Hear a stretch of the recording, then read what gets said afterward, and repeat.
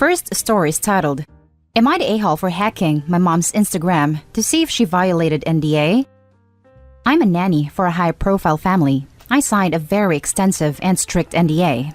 Anyone directly involved in my life, mom, dad, sis, and husband, also signed an NDA. The nanny family recommended this to talk about the job without getting into any legal trouble or putting them at risk. Recently ran into one of my parents' neighbors, Amber, at the park. Amber asked how the new job was going, then proceeded to ask specifics about how it must be working for a family where their parents are. Insert their jobs here. A direct violation of the NDA and something I could be fired and sued for. My dad isn't the sharing type, like at all, so I figured it was probably my mom. I asked her about it in a casual, "Hey, how's Amber?" way. I said I ran into Amber at the park and that it was odd because she knew the details about my job without me telling her. My mom simply shrugged and said, "That's funny. Maybe she Googled?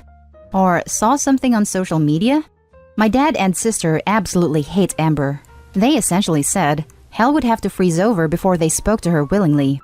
My dad ended our convo where I asked him about it by saying, "The only thing I know about her is that her son just made a partner at a law firm in New York and is making bank. And that's only because mom saw it on Instagram and told me about it."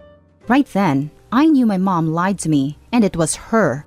She and Amber love to one-up each other with their children's success, and I also just landed a great new job.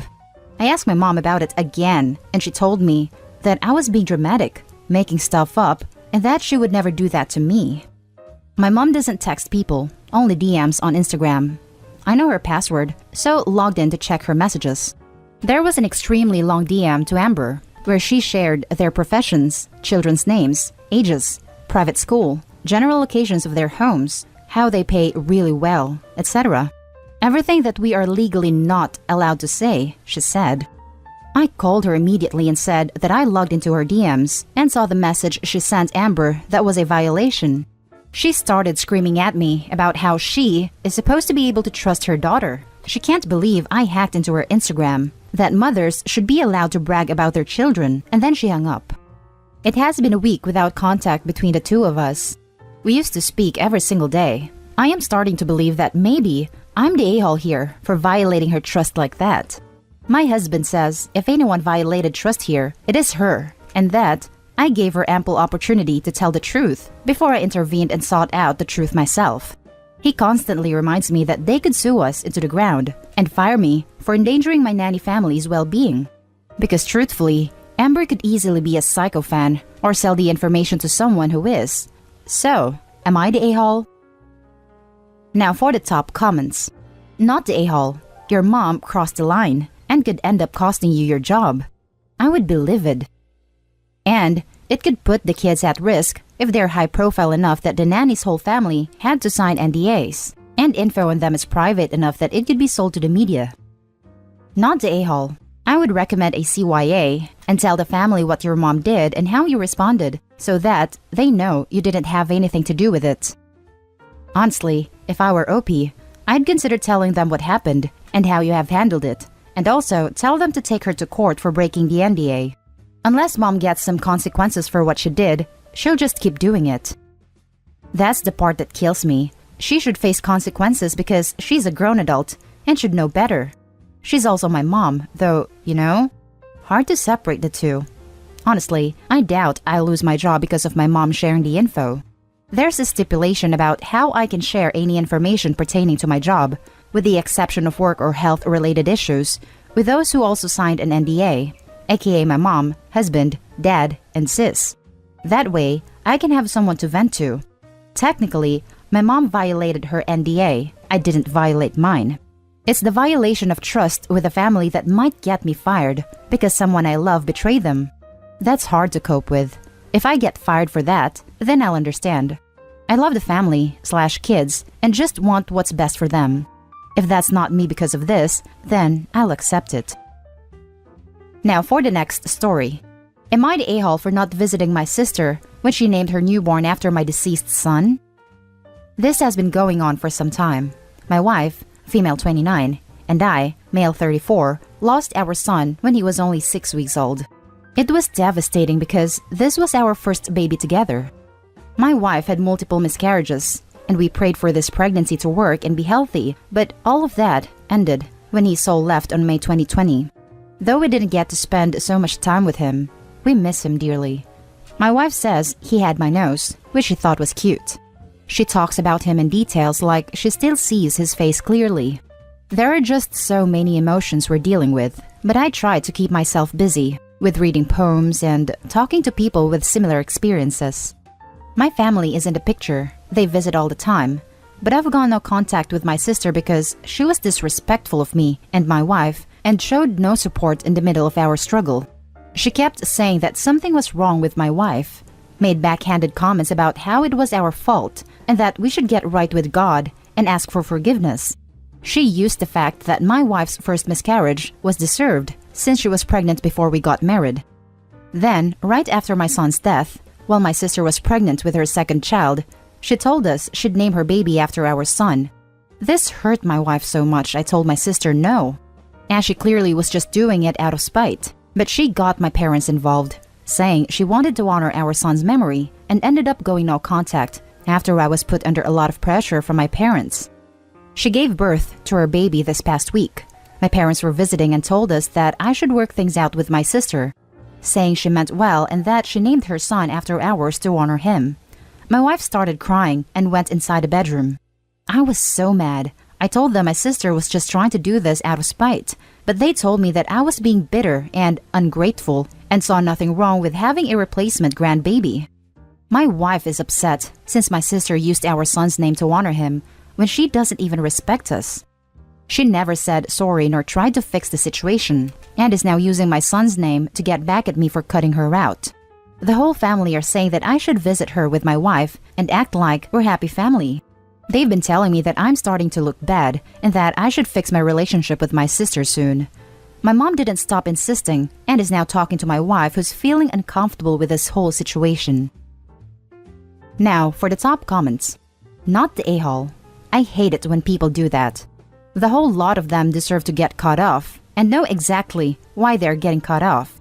Your parents are a-holes for not even trying to talk her out of this spitefulness. Replacement grandbaby? That's so messed up. Edit. The moment you say it's honor after being told no is just to be spiteful. No other way about it. Honor is when there is consent. The parents didn't consent to it. You make an excellent point. Still balking at replacement baby too. WTF. Not the a-hole. If she truly just wanted to honor your son, she would have respected your wishes not to name her kid after him. There are so many things a godly person can do to show respect for the deceased. She could have made a donation in his name to a charity that researches his cause of death. She could have added his name to a prayer list. She could have purchased a star and named it after him. Above all, she could have shown some decency and respect to you, his parents. Yes, my parents say that my nephew doesn't deserve to be treated like this, but it's my sister I have a problem with, and they can't expect this to go away with a simple visit. Now for the last story. Am I the a-hole for giving my son's girlfriend a list of requirements if they're going to receive financial support from me after I was given a list of requirements to see their baby? I'm 49 female, and I have a son 21 male and his girlfriend 21 female. His girlfriend is pregnant, and because they are in a rough patch, both of them also dropped out of school. I've been helping them out with money. For the most part, I like his girlfriend well enough, but she's been a bit overbearing during this pregnancy. Not that I really blame her. Today, they came over, and his girlfriend decided to give a list of do's and don'ts to my husband and I if we wanted to have a contact with their child. The list was mostly reasonable. Have vaccines, don't swear around a baby, handle baby with care, don't show up unannounced, no sexism/racism and any sort of ism around a kid, etc. Some of them were a bit overbearing. When the baby is older, no tickling or sweets, nor cartoons, no baby talk, etc. I took issues with this for two reasons. 1. It seems insulting and condescending. Some of the items on the list are things we would never do, like the racism and sexism one. Struck me as really odd. We're also not anti-vaxxers. It feels like she was pretty much assuming the worst of us. Example, of course, we wouldn't swear like a sailor around a child. And we always call before we visit. They show up unannounced more than us. 2. Some of the items on the list are extreme. I understand that these are her rules and how she plans to raise the baby. But the idea that I would lose access to my grandchild because I bake cookies with them is extreme, and I don't want to walk on eggshells or go through the hurt of losing my grandchild. Especially since I feel like it's the grandparents' job to spoil the child, within reason, of course. To clarify, I understand how these requirements could be necessary. If we weren't suited to be around children, I would understand. So, in response, I said fine. But now, here's a list of requirements to receive financial support. In the past, we've always trusted them and given them a monthly allowance. As long as we didn't think they were deceiving us or blowing money or asking for even more, we let them do what they will with the money. So, I added the stipulations like wanting to see their budget to ensure they didn't 1. Eat out. 2. Buy unnecessary clothing. 3. Didn't go to hair salons instead of barbers. 4. Had to spend a certain amount on the baby. 5. Didn't buy hobby-related stuff, etc. And finally, financial support would be lost if we were to be denied access to the baby. There were more stipulations, but I'm sure you get the point. I made this list and gave it to both of them in exchange for the list of the baby requirements. Both my son and his girlfriend were upset with this. I said that previously I had trusted them, but since you didn't trust us, we wouldn't trust them. I also told them how disrespectful I thought they were for giving me a list when they rely on my husband and I for support. His girlfriend said I wouldn't be able to see the baby. I told them they could leave. My husband and I are both conflicted over this, and I'm wondering if I overreacted. Am I the a-hole? Now for the top comments.